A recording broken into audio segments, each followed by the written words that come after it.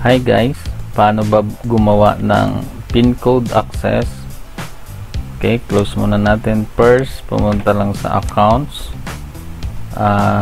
Dito sa new access, mamili kayo ng username. Example, si John, lagyan nyo ng password. Ang i-password natin is 123456, then save.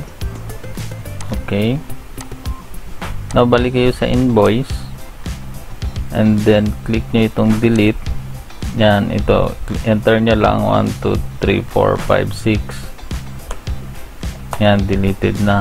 And paano naman gumawa ng void access?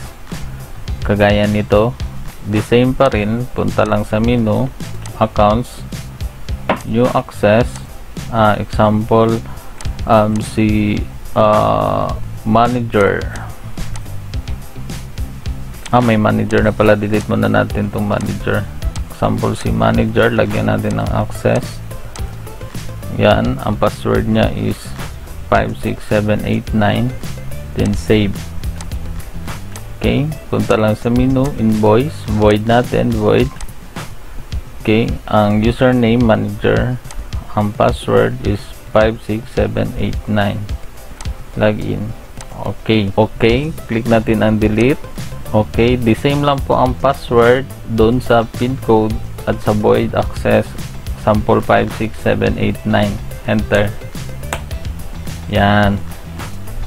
So, yun lang po. Thank you.